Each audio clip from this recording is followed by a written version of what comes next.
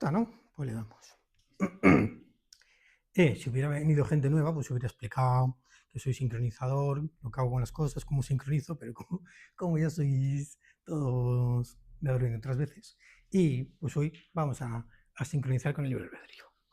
Vamos a hablar de él. Bien. Voy a empezar con definiciones de la Wikipedia, de la I ahora que sale tanto en Google, y después ya vamos a ir profundizando en otras cosas hasta llegar al punto donde se puede practicar el libre albedrío. Para mí, en las otras charlas que hago, digo que, por ejemplo, que el miedo no existe, que el ego no existe, y me dice Mati que explique a la gente dónde, en el punto donde no existe y donde en la dualidad que existen. Pues esto es justo al revés. Aquí en la dualidad no existe el libre albedrío, existe en el cielo solo, y es justo lo contrario que las demás cosas. El libre albedrío se ejerce justo donde se pueden ejercer las cosas. Empiezo.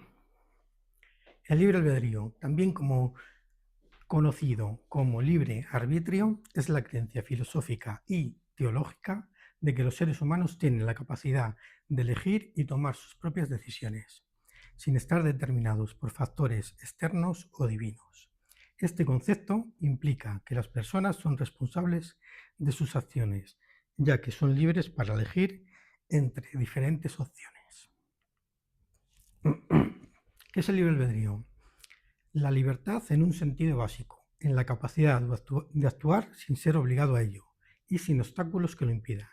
El libre albedrío es la capacidad de decidir o elegir y eventualmente llevar a la práctica la decisión tomada. Aquí vamos a ver la diferencia entre libre albedrío y libertad para que veamos cuándo se elige y cuándo se actúa.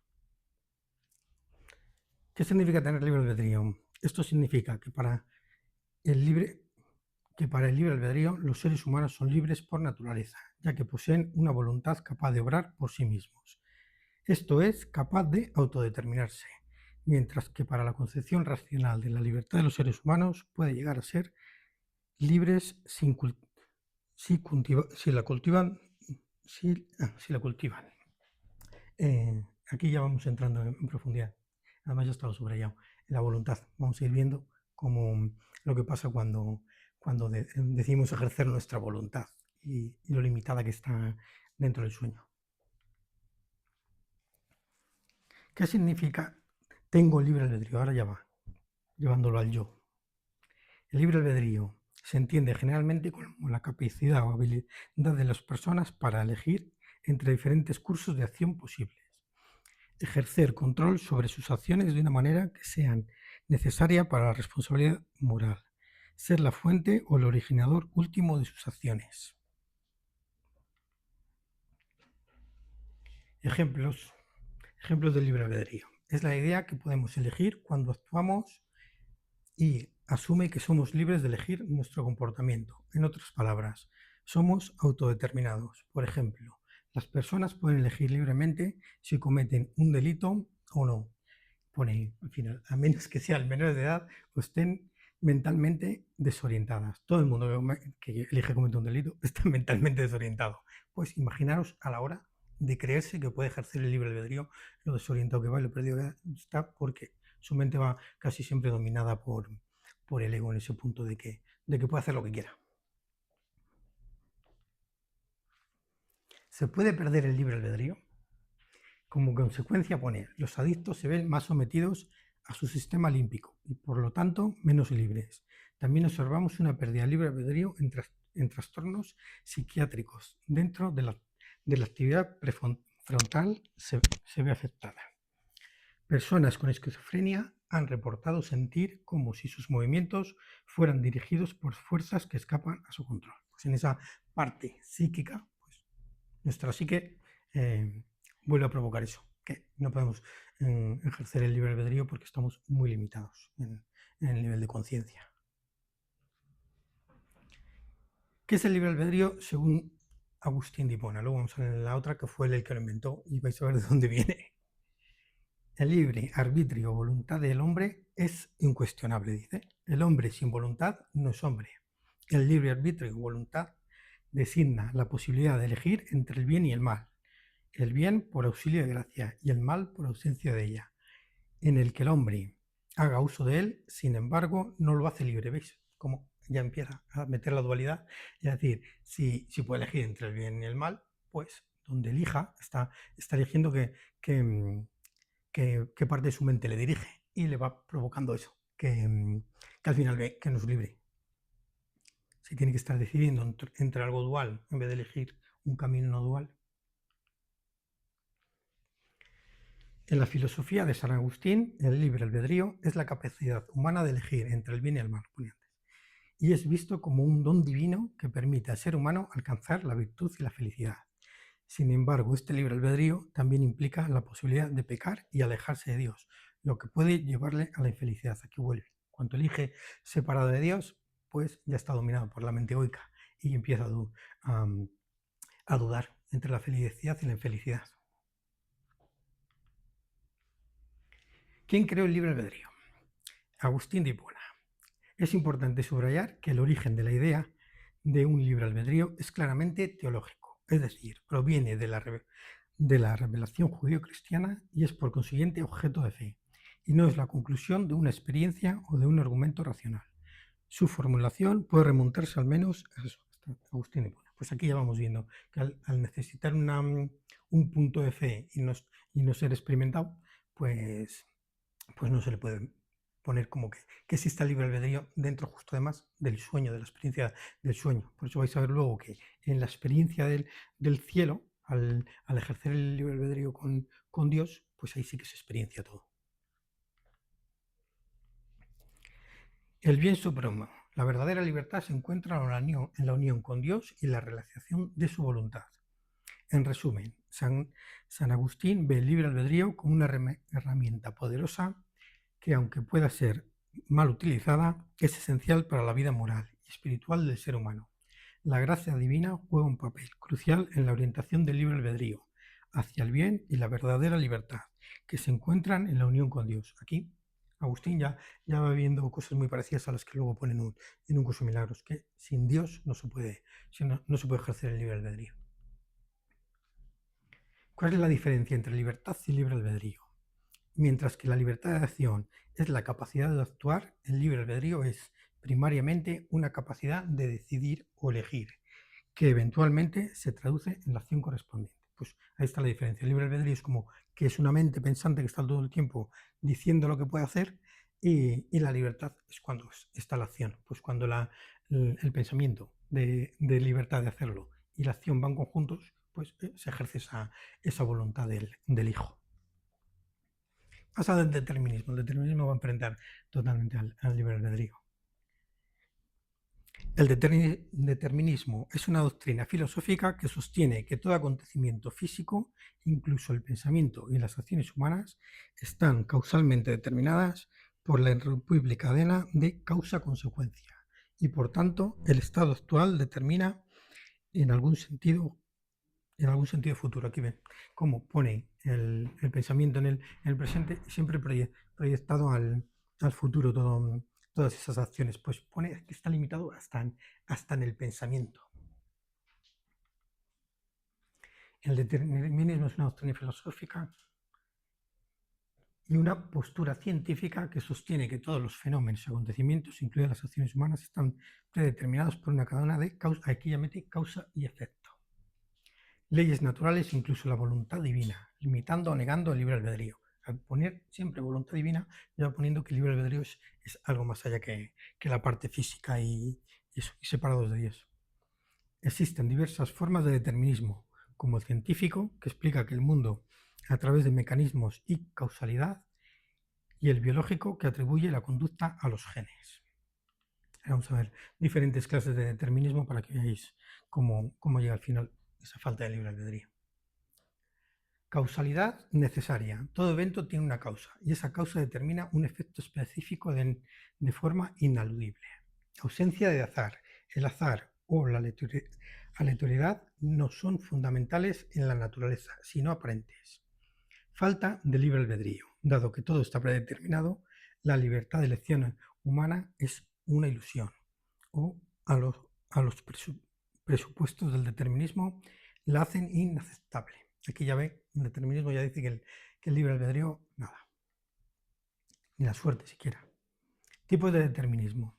El científico sostiene que el universo físico funciona según las leyes predeterminadas y conexiones causales, haciendo que todo sea predecible si se conocen las condiciones iniciales. Así es como trabaja el científico. Conociendo las condiciones iniciales, pues él sabe que a través de esa causa va a haber ese efecto. El biológico postula que la conducta humana, así como los caracteres físicos, son controlados por la estructura genética del individuo. Pues aquí pone ya casi como que todo está a través del cuerpo y de los genes. Toda la conducta, todo el comportamiento humano ya está predeterminado. Entonces, imaginaros si no se pudiera cambiar algo, pero en ese despertar se van viendo otras cosas que trascienden esa parte biológica. El psíquico. Dentro del psicoanálisis sugiere que todo fenómeno psíquico tiene una causa determinada, como las fuerzas motivacionales internas o las condiciones psicológicas.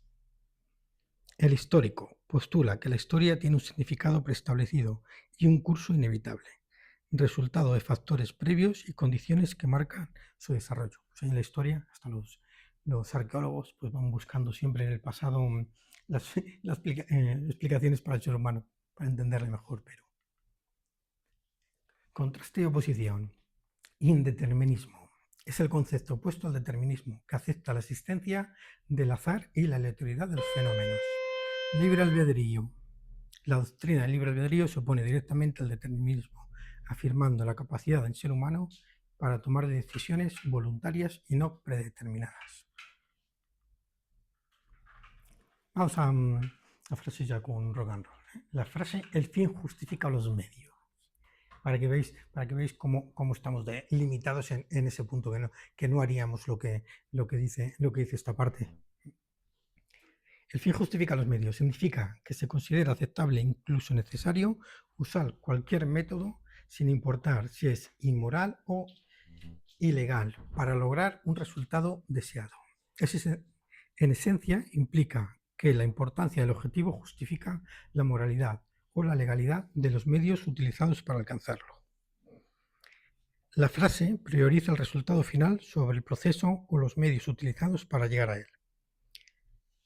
Justificación de acciones inmorales. Se utiliza para justificar acciones que de un u otro modo serían consideradas inaceptables, como mentir, engañar o incluso cometer actos ilegales, si el resultado final es considerado valioso. Pues aquí ya vamos viendo que si el fin justificara los medios, el mundo sería más caótico todavía de lo que es, porque todo el mundo iría en busca de su propósito sin importarle a nadie. Entonces, ese punto de empatía o de relacionarnos con los demás, vemos que no hay libre albedrío, porque nadie ejercería el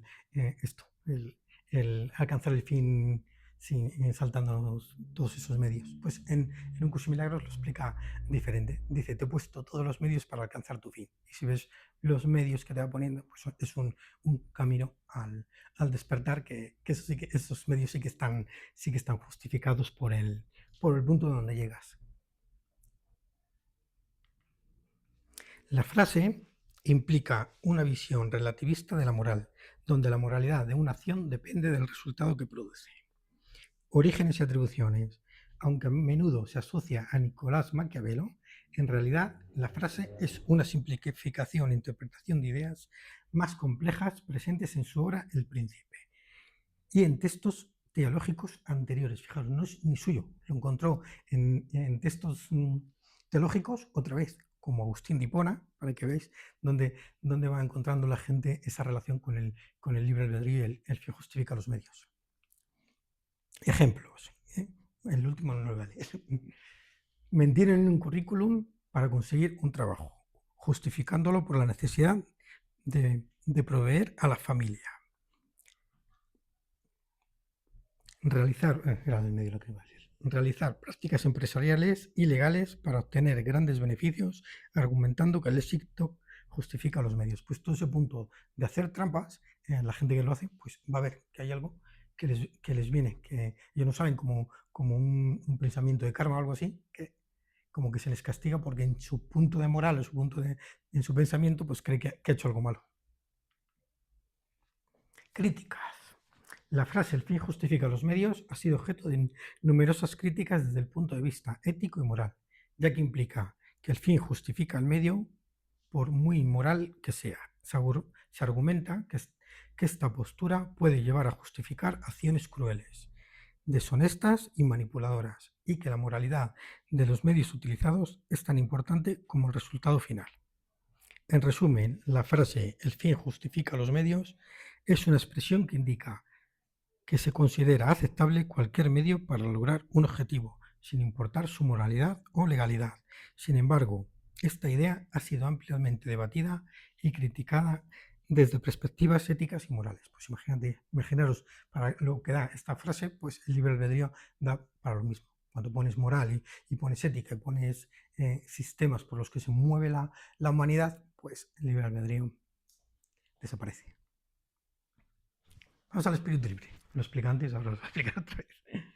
Un espíritu libre se refiere a una persona que vive de manera independiente, siguiendo sus propias pasiones y valores, sin estar demasiado preocupada por las normas sociales convencionales. Estas personas suelen ser inconformistas, espontáneas y valoran la libertad personal por encima de todo. Por lo que os contaba antes, que esta diapositiva solo la he puesto para explicar un espíritu libre. Que la gente dice, soy un espíritu libre, hago lo que quiera, pero nadie dice, soy un cuerpo libre.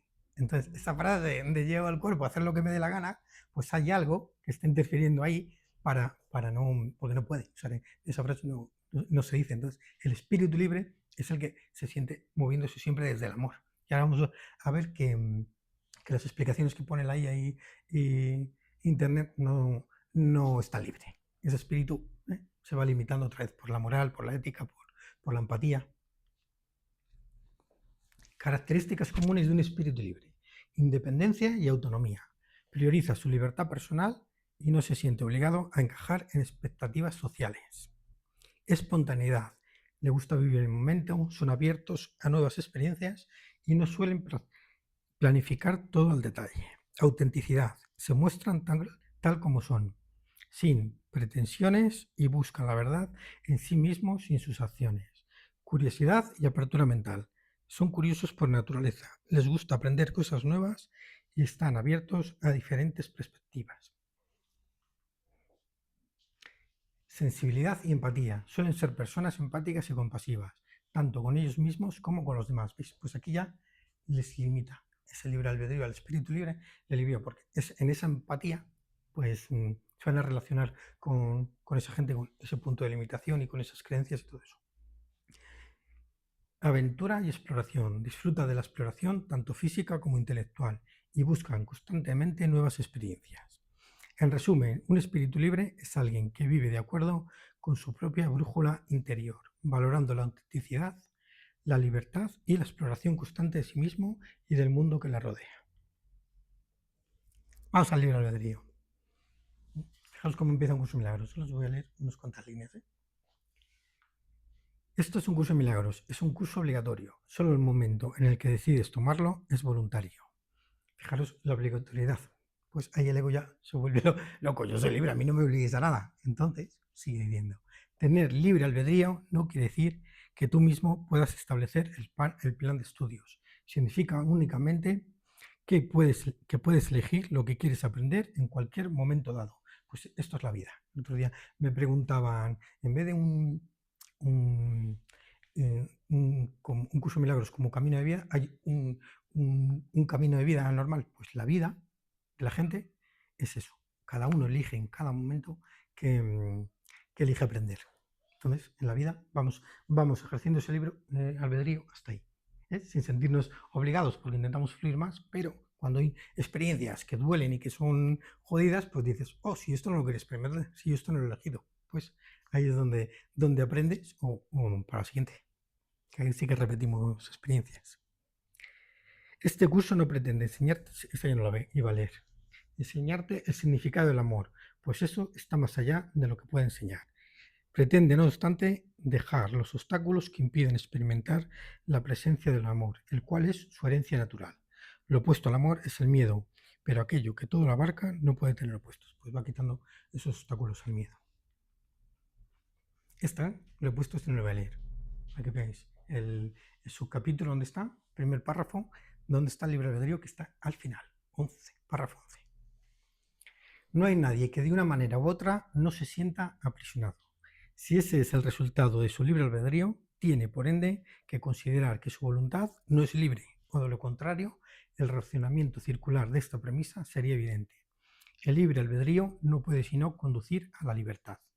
Los juicios siempre aprisionan, ya que fragmentan la realidad con las inestables balanzas del deseo.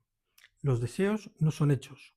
Desear implica ejercer la voluntad, que no es suficiente. Sin embargo, nadie que esté en su mente recta podría creer que lo que desea es tan real como lo que su voluntad dispone. En vez de buscar primero el reino de los cielos, di que tu voluntad sea antes que nada alcanzar el reino de los cielos. Y habrás dicho, sé lo que soy y acepto mi herencia. Pues aquí ya vamos viendo otra vez, la voluntad está relacionada con ejercer nuestra libertad. Vamos a ir viendo más.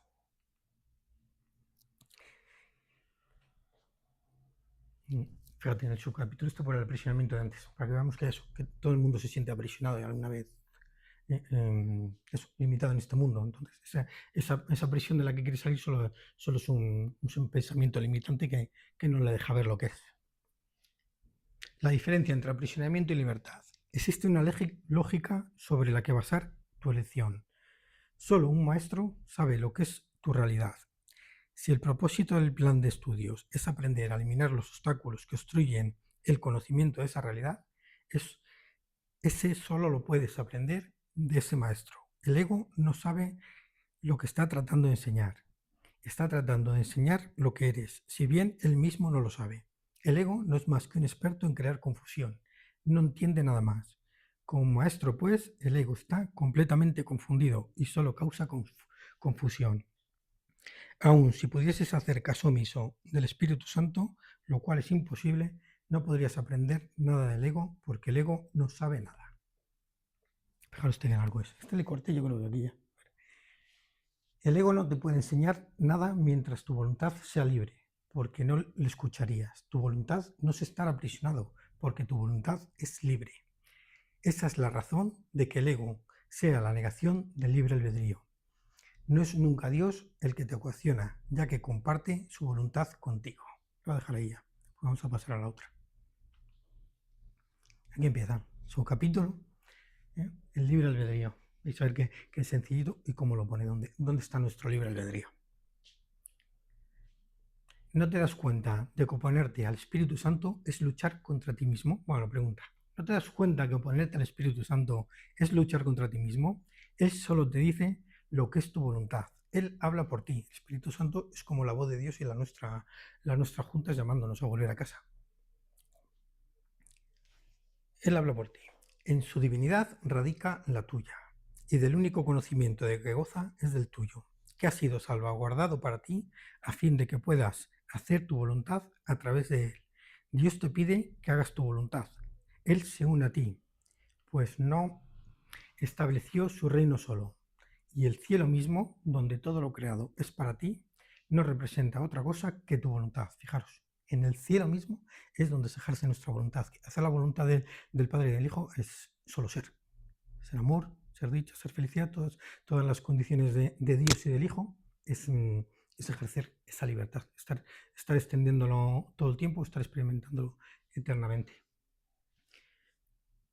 Ni una sola chispa de vida fue creada sin tu grato consentimiento, y tal como quisiste que fuera, ni un solo de los pensamientos de Dios que haya tenido alguna vez pudo haber nacido sin tu bendición.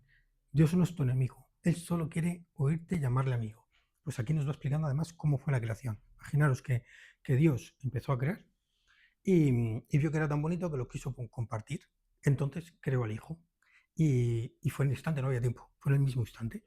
Y co-crearon juntos. Y por eso dice que ninguna de las cosas creadas está creada sin la bendición del Hijo, porque son co-creadores desde el principio. Qué maravilloso es hacer tu voluntad, pues eso es libertad. A nada más debería llamársele por ese nombre. A menos que hagas tu voluntad, no serás libre. ¿Y hubiera podido Dios dejar a su Hijo sin lo que éste eligió para sí mismo? Lo único que Dios hizo al darle su perfecta respuesta fue asegurarse de que nunca perdieses tu voluntad. Escúchala ahora, para que te puedas acordar de su amor y conocer tu voluntad. Dios no podría haber permitido que su hijo fuese un prisionero de aquello que no desea. Él se une a su voluntad de ser libre y oponerte a él es decidir ir en contra de ti mismo y elegir estar encadenado.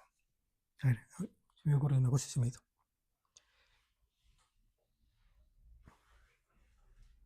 Eso, que su hijo, él no pudo permitir que su hijo fuese prisionero. Pues imaginaros que este mundo de sueño, que parece tan largo en el tiempo, en miles de años, fuese un instante. Pues si Dios vio que su hijo se dormía, en ese instante lo despertó y no pudo permitir que no ejerciera su voluntad con él en el resto de la eternidad. Pues este instante dentro del sueño, Dios lo hizo en el mismo momento que ocurrió. Fue un solo instante sin medición de tiempo, aunque en el tiempo lineal le podemos poner todos los miles de años que queramos. Eso lo explicaba a mi hermana y a mi cuñado con la sobrina. Les digo, si vosotros fueseis Dios, ¿permitiríais que vuestra hija sufriera? No, pues imaginaros Dios Todopoderoso, ¿cómo va a permitir que su hijo esté aprisionado ni un segundo? Contempla una vez más a tu enemigo, al que elegiste odiar en vez de amar, pues así es como nació el odio en el mundo y cómo se estableció en él el reino del miedo. Escucha ahora a Dios hablarte a través de aquel que es su voz, así como la tuya, que habla del Espíritu Santo, recordándote que tu voluntad no es odiar ni ser prisionero del miedo, un esclavo de la muerte o una insignificante criatura de escasa vida. Tu voluntad no tiene límites, pues no es tu voluntad que sea ilimitada. Lo que mora en ti se ha unido a Dios mismo en el nacimiento de toda la creación. Acuérdate de aquel que te creó, quien a través de tu voluntad creó todo. Todo lo creado te está agradecido, pues nació gracias a tu voluntad. Ni una sola luz celestial podría brillar si no fuera por ti, pues tu voluntad, pues fue tu voluntad lo que las unió en el cielo. Para que veáis cómo es la creación. Y no habla de estrellas, no habla de planetas, de la luna cuando la del sol y se refleja. Las luces celestiales son eternas, es la creación. ¿Qué motivos podrías tener para sentir ira contra un mundo que simplemente aguarda tu bendición para ser libre? Si fueras un prisionero, entonces Dios mismo no podría ser libre, pues lo que se le hace a quien Dios ama, se le hace a Dios mismo.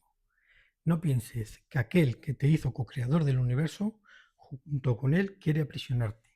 Él solo desea que tu voluntad sea eternamente ilimitada. Este mundo aguarda la libertad que le otorgarás cuando hayas reconocido que eres libre. Pero no perdonarás al mundo hasta que no hayas perdonado a aquel que te dio tu voluntad. Pues es a través de tu voluntad como el mundo se libera y no puede ser libre estando separado de aquel cuya santa voluntad comparte. Pues nos explica que todavía estamos en conflicto con Dios mientras estemos separados de Él. Mientras estemos dentro del sueño, todavía hay un miedo, una parte que nos limita a amar a Dios incondicionalmente y a dejarnos amar con Él, que es ese miedo. He puesto cosas mías. Querer hacer un mundo separado de Dios y ocupar el lugar de Dios en la creación es lo que hizo nuestro pensamiento egoico para demostrar que puede ejercer el libre albedrío. Siempre cambiar en querer ocupar el lugar de Dios. Estamos condicionados por el programa, toda la programación. Yo con mucha gente en internet, siempre nos han hecho, nos han programado, nos programaron, y yo descubrí en mi camino, y me empodero de esa manera, que la programación correspondió a cargo mía. Yo elegí soñar y dentro de mi sueño, pues puse a toda esa gente a actuar dentro de mí para que me fueran enseñando diferentes cosas, y esa programación yo les elegí a cada uno de ellos. Pero ahora que yo me he hecho consciente y me he empoderado, sé que esa desprogramación corre a mi cargo. Lo que aprendimos desde que nacemos, experiencias genéticamente, que lo ponía antes también, biológicamente, cultural, y cómo reaccionamos a los estímulos. Pues el punto ese, que dice causa, efecto y acción-reacción, pues empezamos a aprender a reaccionar con amor y con paz en vez de entrar en el conflicto otra vez, pues vamos a ir viendo que somos libres de eso, de elegir esa reacción. Solo tenemos una elección, lo ponía antes al principio, pero igual no se ha entendido, no se ha oído bien, no se ha entendido bien. Solo tenemos una elección, elegir escuchar al ego o al Espíritu Santo, nuestro yo superior, pongo. Si escuchamos al Espíritu Santo, elegimos un camino de despertar. Si escuchamos al ego y hacer lo que nos dice, solo elegimos dormir. Y lo que se hace en sueños no puede ser libre albedrío. Creemos que podemos ser felices y libres separados de Dios y sin Dios. Ahí está el fallo, siempre. No puedo ser feliz sin ti, no te necesito. Y lo único que no vemos es que en la separación pues es cuando aparece toda esa dualidad y todo lo negativo, entre comillas, que no experimenta Dios. Y ahí llevo preguntas como quién nos guía, desde dónde nos movemos, desde la mente al corazón, por qué nos movemos, ese punto de siempre reaccionar y a dónde vamos y qué queremos, pues es una búsqueda, buscamos. ¿Ves? Luego ponemos siempre la razón o el amor, pues en ese juego de ver desde dónde nos movemos vamos a ir eligiendo un camino al despertar. A ver, hasta cuándo leo de aquí. No sé si leerla entero, porque solo quería poner los últimos puntos. Los orígenes de la separación. La capacidad de extenderse es un aspecto fundamental de Dios, que Él le dio a su Hijo. En la creación, Dios se extendió a sí mismo y a sus creaciones, y les infundió la misma amorosa voluntad de crear que Él posee, porque es la voluntad lo que es. No solo fuiste plenamente creado, sino que fuiste creado perfecto. No existe vacuidad en ti. Debido a la semejanza que guardas con tu Creador, eres creativo. Ningún hijo de Dios puede perder esa facultad, ya que es inherente a lo que Él es, pues puede usarla de forma inadecuada al proyectar. El uso inadecuado de la extensión, la proyección, tiene lugar cuando crees que que existe en ti alguna carencia o acuidad y que puedes suplirla con tus propias ideas en lugar de con la verdad. Este proceso comprende las siguientes formas. Pues aquí vemos que cuando nos dormimos creamos una necesidad y Dios no sabe de necesidades. Yo explico que Dios no necesita saber nada de este mundo, ni de fontanería, ni nada. Dios no tiene necesidades. Entonces, el ego, al proyectar, nosotros desde la mente hemos ido proyectando y fabricando lo que necesitamos en cada momento, en vez de ver que lo que necesitamos es justo lo que Dios está dándonos siempre. Aquí es donde el ego quiere ejercer el libre albedrío. Primero, crees que tu mente puede cambiar lo que Dios creó. Imaginaros ya cómo cambia. Dios creó desde el espíritu, dio su espíritu, y nosotros fabricamos materia, fabricamos un mundo físico. Segundo, crees que lo que es perfecto puede volverse imperfecto o deficiente, pues ya lo vemos. En cuanto vemos errores de nuestros hermanos o fallos ahí de la gente o que no los vemos perfectos, cuando no vemos perfecto a una persona ya estamos percibiendo erróneamente, entonces estamos percibiendo con el ego. ¿Crees que puedes distorsionar las creaciones de Dios, incluso a ti? Pues ahí está. En esta percepción empezamos a ver un cuerpecito, a ver cómo vibra, ver cómo eso, ver qué abre, y ya estamos distorsionando la creación, porque si conseguimos ver al ser en esa persona, esa esencia, es cuando vamos a ver lo que Dios creó. Cuarta, crees que puedes ser tu propio creador y estar a cargo de la dirección de tu propia creación. Pues ahí está. El ego ha elegido ser Dios, ha proyectado un mundo separado de Dios y lo crea y lo dirige desde ahí. Pues si nosotros nos creemos que somos autosuficientes, que nos hemos hecho a nosotros mismos, que nos hemos forjado ahí nuestro sistema de creencias y todo eso, pues ahí nos limitamos. La pondré también en la charla de las creencias, porque la tenía y digo, uy, esta encaja en la otra también. A ver, me falta una. A ver dónde está. La tenía para adelante. La tenía en el otro, igual no la tengo aquí. Igual no la he puesto. Pues mira, no la tengo que leer. A ver si está al principio. Esto va a ser. Esta. Hice la foto del libro. Tú no puedes tomar decisiones por tu cuenta. La única cuestión es entonces con quién eliges tomarlas. Eso es todo. No tomas decisiones por tu cuenta, independientemente de lo que decidas. Pues o bien se toman con ídolos o bien con Dios. y le pides ayuda al anticristo, el ego, para que le cambie de nombre ahí, o a Cristo. A quien eliges se unirá a ti y te dirá lo que debes hacer. Vale, terminamos.